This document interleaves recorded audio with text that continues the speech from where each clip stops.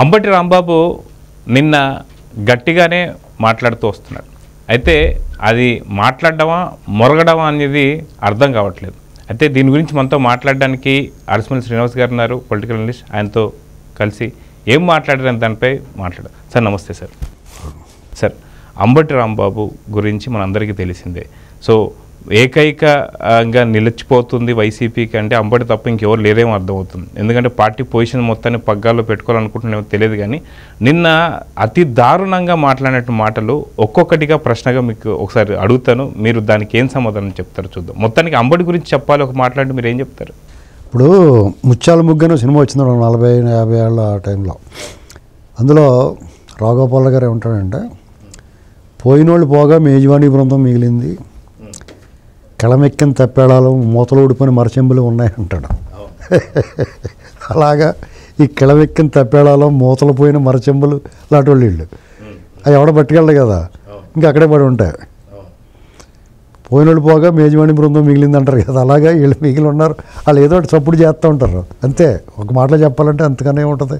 So అదిగాక వాళ్ళకి ఇంకా మిగతా పార్టీలో కూడా ఎక్కడ దొరక్క వాళ్ళు ఇంకా ఆగిపోయారు. దొరక్కని కాదండి, వాళ్ళకి కూడా విసుగు వస్తుంది, విరామం ఎందుకులే గోల ఏది సావని ఎక్కడ ఉన్న చోట పడినా అనుకుంటారు. వాళ్ళు కూడా వెళ్ళాలని ఇంట్రెస్ట్ ఉండదు నిజంగానే.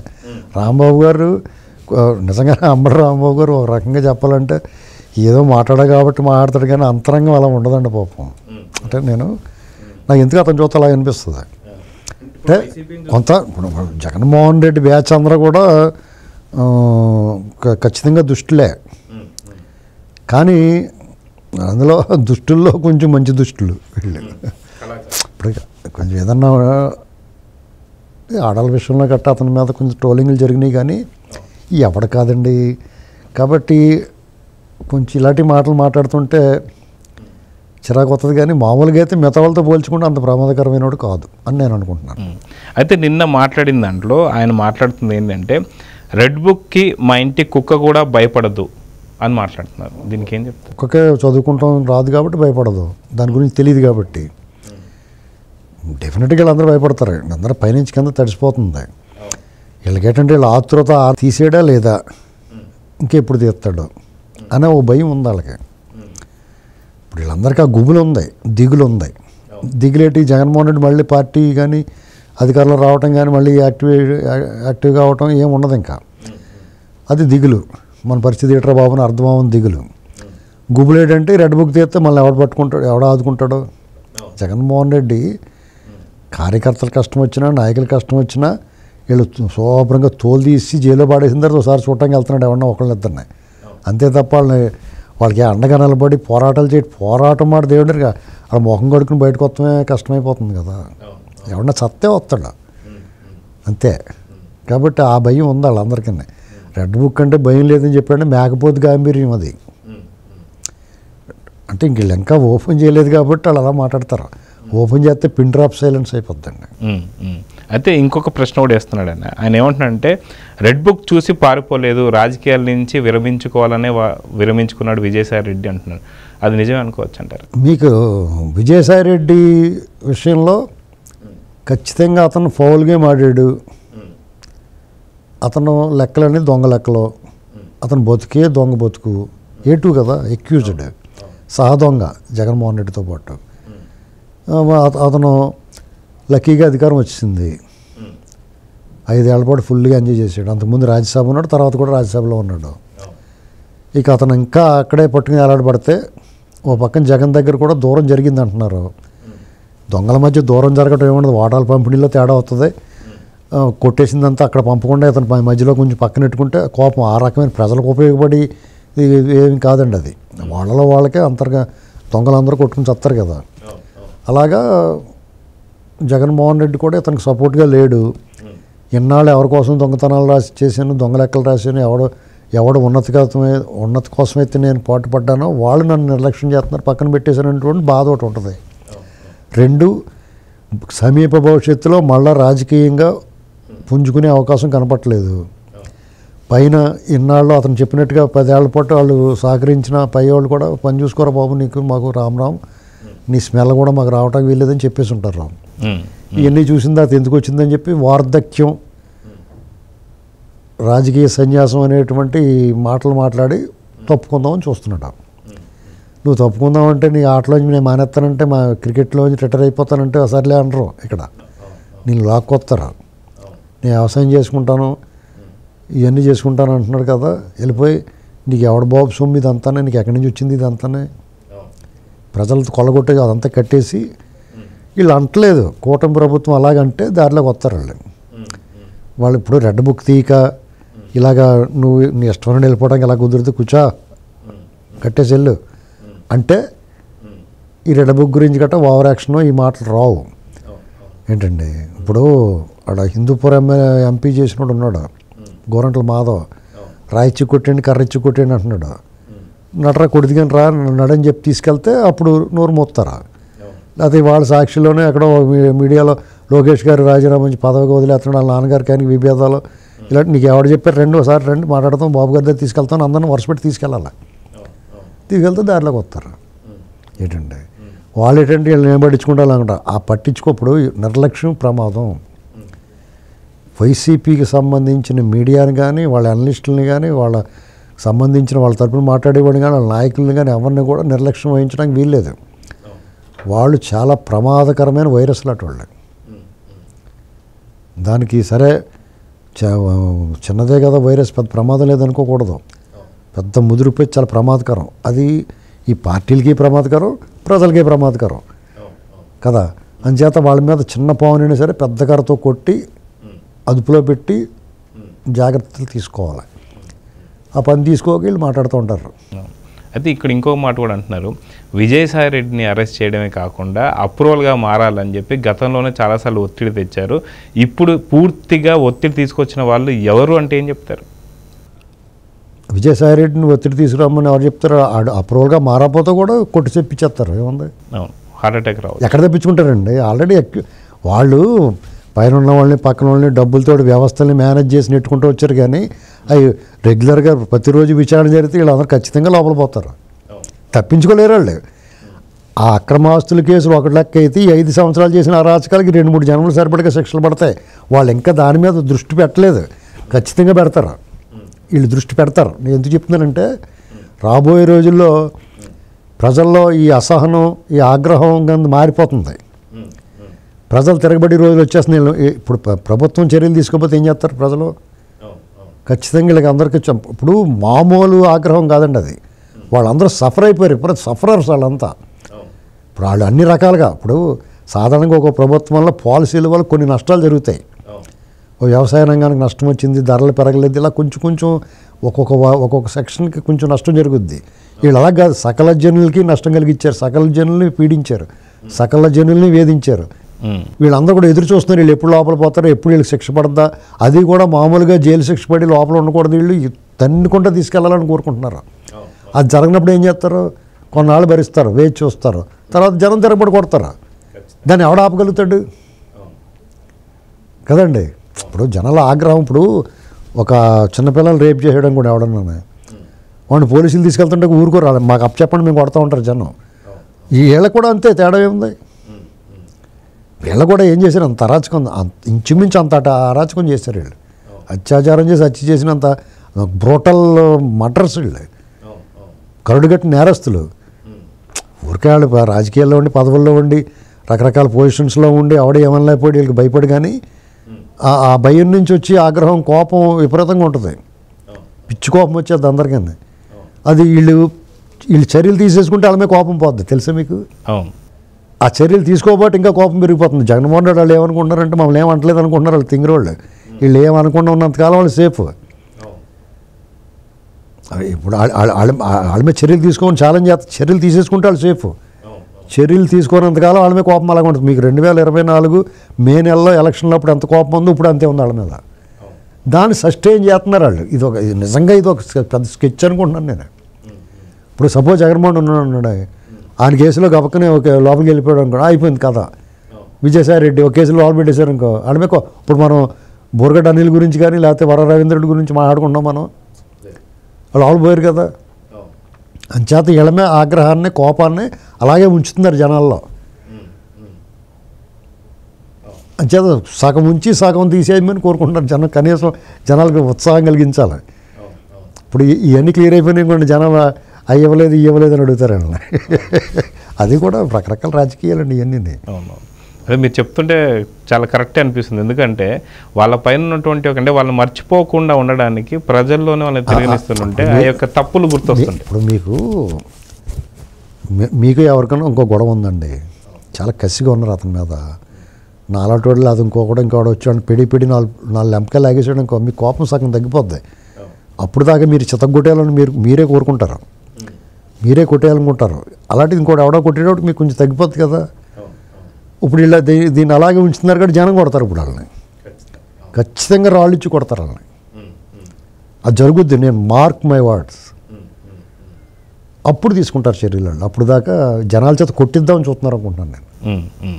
అయితే ఇక్కడ ఇంకొక విషయం కూడా వాళ్ళు చెప్తున్నారు ఏంటంటే, ఇలానే ఒకవేళ లోకేష్ చేస్తే ప్రజల ఆగ్రహానికి గురవుతాడు అని చెప్పి మాట్లాడుతున్నారు. ఏమంటే డెఫినెట్గా కోపం వస్తుంది లోకేష్ గారు. ఎందుకంటే వీళ్ళ మీద చర్యలు తీసుకున్నంత కోపం వస్తుంది. చర్యలు తీసుకున్నంత కోపం రాదు, వీళ్ళని ఏమీ అనకపోతే కోపం వస్తుంది ప్రజలకి. ఎందుకంటే వీళ్ళు చేసిన దుర్మార్గాలు మామూలు ఏంటండి అసలు అండి. ఎలాంటి మాటలు మాట్లాడేవారు, ఎంత దారుణం చేశారు, ఎవడ మర్చిపోవడం వీళ్ళని.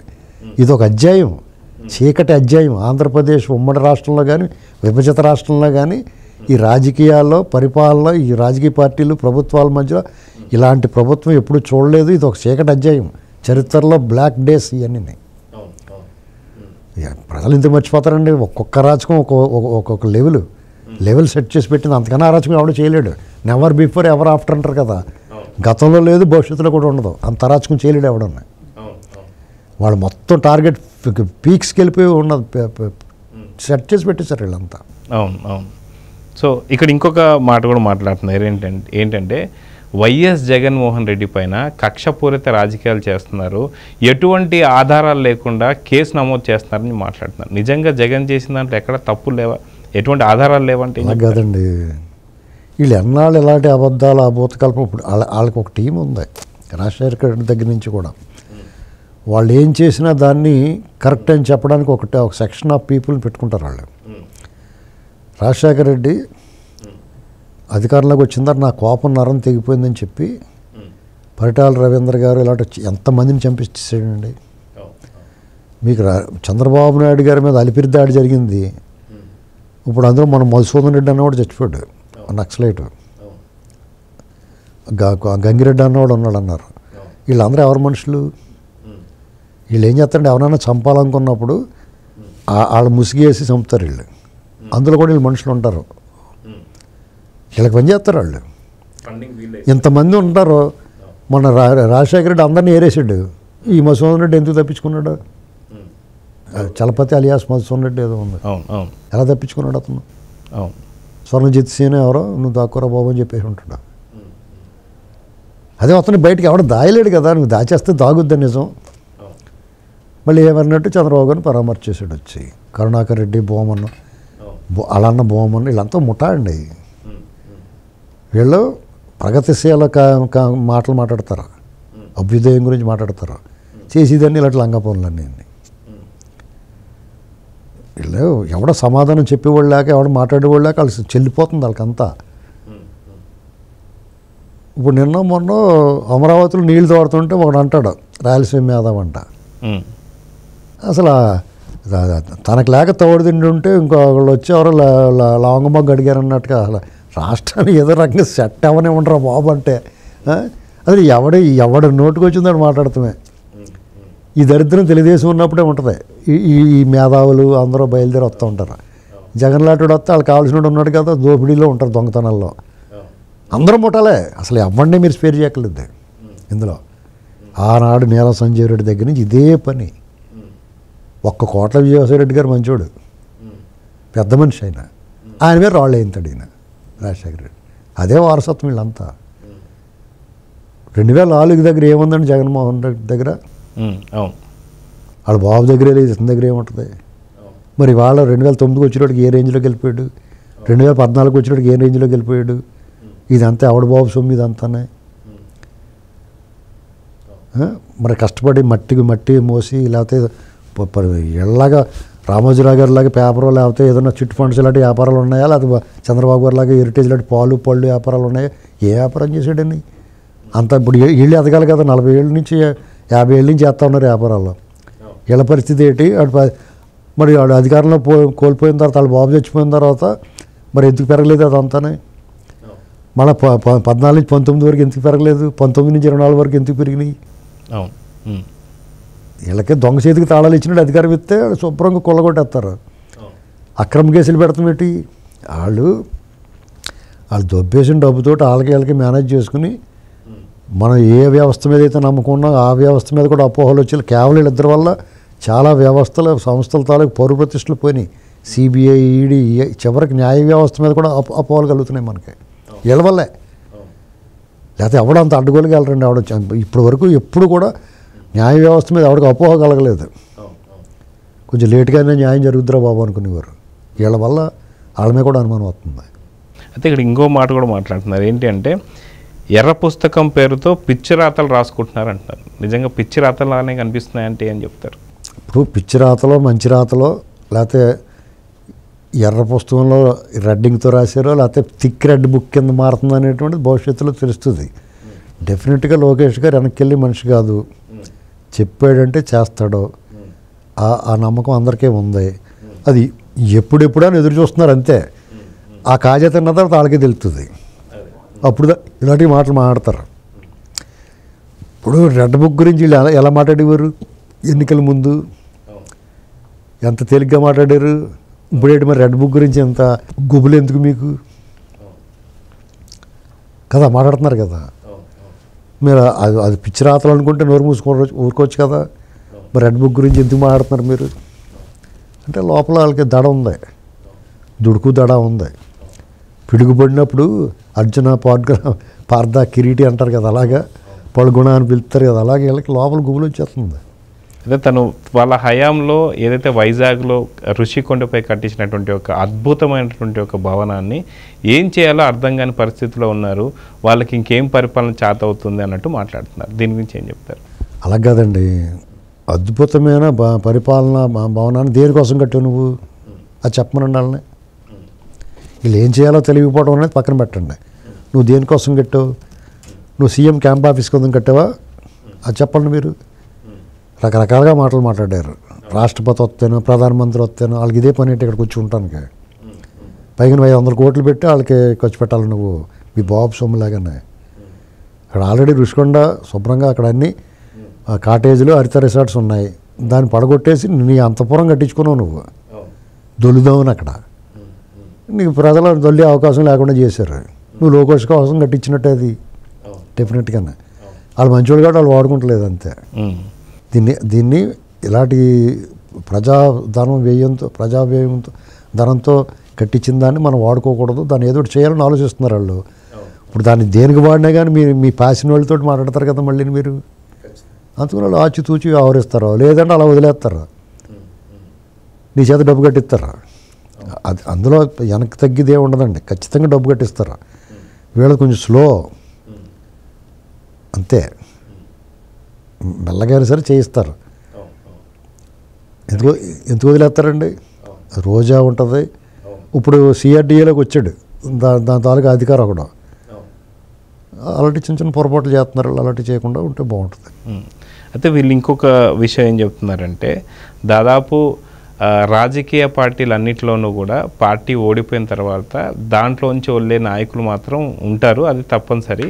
కానీ దాని గురించి ఇప్పుడు విజయసాయిరెడ్డి వెళ్ళిపోగానే పూర్తిగా పార్టీ భూస్థాపితం అయిపోతుంది అని చెప్పే మాటల్లో ఎటువంటి అర్థం లేదని చెప్పి మాట్లాడుతున్నారు. దీని గురించి ఏం చెప్తారు? ఇప్పుడు వాళ్ళు చేర్చుకోక చాలామంది ఆగారు. ఇప్పుడు సాధారణంగా అధికారం కోల్పోగానే పోతారు. అలాగే టీడీపీ నుంచి వెళ్ళిపోయారు, జనసేన నుంచి వెళ్ళిపోయారు. అయితే వాళ్ళు వెళ్ళిపోయినా వాళ్ళ అవసరాల కొద్దీ వెళ్ళిపోయారు. వాళ్ళ చరిత్ర ఇప్పుడు వైసీపీ నుంచి టీడీపీలో మారిన వాళ్ళు ఒకటే గెలిచాడు, గొట్టిపాటి రవికుమార్ గారు. మిగతా వాళ్ళందరూ ఓడిపోయారు కదా 2019లో. అంచేత పార్టీలు అయ్యారాం గయారాం ఉంటుంది, జంపింగ్లు, ఒపీనియన్ మార్చుకుంటారు. లేకపోతే వాళ్ళతో సరిపడకి వెళ్ళే వాళ్ళు జెన్యున్గానే సరిపడకి వెళ్ళే వాళ్ళు ఉంటారు, లేదా అవసరాల కోసం వెళ్ళే వాళ్ళు ఉంటారు, లేకపోతే కేసులు భయానికి వెళ్ళే వాళ్ళు ఉంటారు. అన్నీ ఉంటాయి, సహజంగా ఉంటాయి. కొన్నాళ్ళు షెల్టర్ తీసుకుందాం, తర్వాత మళ్ళీ అయితే ఇప్పుడు ఓవరాల్గా రాజకీయ నాయకులు ఎలా తయారైందంటే ఏదో ఒక పార్టీని బేస్ చేసుకుని ఒక కమిట్మెంట్ లేదండి పార్టీల మీద. అన్ని పార్టీలోనే ఉంది అది. ఆ పార్టీ పట్ల ఉన్న నిబద్ధత అది లోపించింది. ఒకప్పుడు తెలుగుదేశం పార్టీ ఉందనుకోండి, ఆ పార్టీ కోసం ఓడినా గెలిచినా ఆ పార్టీతో ఉండేవారు వాళ్ళు. అనేకసార్లు ప్రతిపక్షంలో ఉంది. ఏనాడు కూడా పార్టీల్లో అలజడి లేదు. 2019 నుంచి అయినా సరే టీడీపీ నుంచి పోలేదు కదా, ఎవరో 3-4 పోయారు, పెద్ద ఏం పోలేదు కదా. ఇంత అరాచకం చేస్తారు, నిలబడి యుద్ధం చేశారు వాళ్ళు. మీరు సన్నాసులు కాబట్టి నిలబడి యుద్ధం చేయలేక ఆ పార్టీలో పోతున్నారు. నిలకడలేని వాళ్ళు మీరు. వాళ్ళు తీసుకుని వాళ్ళు తప్పు చేస్తున్నారు. రేపొద్దున అవసరమైతే ఇంకో పార్టీలో పోతారు వాళ్ళు. రాజకీయంగా, ఆర్థికంగా, సామాజికంగా సెటిల్ అవుతారండి కొంతమంది. సెటిల్ అయిన తర్వాత వాళ్ళకి ఇప్పుడు రాజకీయ పార్టీలు ప్రాముఖ్యత లేదు వాళ్ళకి. పార్టీ సిద్ధాంతాలు, పార్టీ నాయకుడు, విలువలు, విశ్వసనీయతలు ఇలాంటి వంకాయ ఇలాంటివి ఏం లేవు. ఇప్పుడు ఆడికి ఒక స్టేజ్లో వచ్చిన తర్వాత ఆడికి ఒక వాల్యూ వస్తుంది, ఒక ప్రోడక్ట్కి వాల్యూ వస్తుంది. దాన్ని ఎవడొకటికి అమ్ముకుంటారు, లేదా ఆడ అవసరార్థం వెళ్ళిపోతాడు. అదే జరుగుద్ది ఇప్పుడు రాజకీయాల్లో. రేపు నుంచి మీరు చాలా కమిట్మెంట్, విశ్వసనీయత, లాయల్టీ అన్నీ ఆశించకూడదు. అలా లాయల్టీ ఉన్న వాళ్ళని రాజకీయ పార్టీలు పక్కన పెడతా ఉంటాయి. అలాగే డబ్బు ఉండదు, లేకపోతే వాళ్ళు దూసుకెళ్ళలేరు. అలాంటి రకరకాల కారణాలు ఉంటాయి.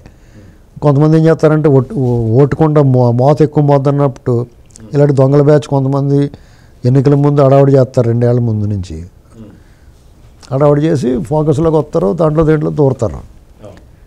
నిజంగా నిలకడగా ఉన్నవాళ్ళు పార్టీకి కోసం అలా అంతర్వాహినిలా పనిచేస్తూ ఉంటారు.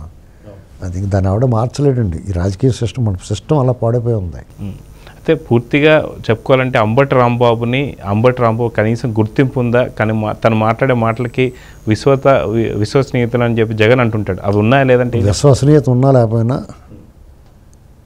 మనిషి దిట్టంగా ఉన్నాడు కదా, అది మాట్లాడుతూ ఉంటాడు. మంచి మాటగారి, డెఫినెట్గా మంచి వొకాబులరీ ఉన్నవాడు.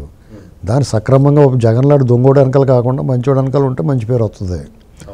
నేనేం చెప్తున్నానంటే వాళ్ళు పోయినోళ్ళు పోగా మేజువాడి బృందం మిగిలిందన్నాను. కిళమెక్కిన తప్పేళాలో మూతలు ఊడిపోయిన మరచెంబులు ఉంటాయని చెప్పాను. అలాంటి బాపత అతను. సో చూద్దాం సార్. ఖచ్చితంగా అంబటి రాంబాబుని ఎవరిని పట్టించుకునే పరిస్థితి అయితే కాదు. నిజంగా మీరు అన్నట్టు ఒక మంచి వ్యక్తి వెనక ఉంటే మటుకు మంచిగా జరిగేది. బట్ ఇప్పుడు ఎవరు పట్టించుకునే పరిస్థితి కాదు. సో చూద్దాం ఏం జరగబోతుందో. నమస్తే సార్. నమస్కారం అండి.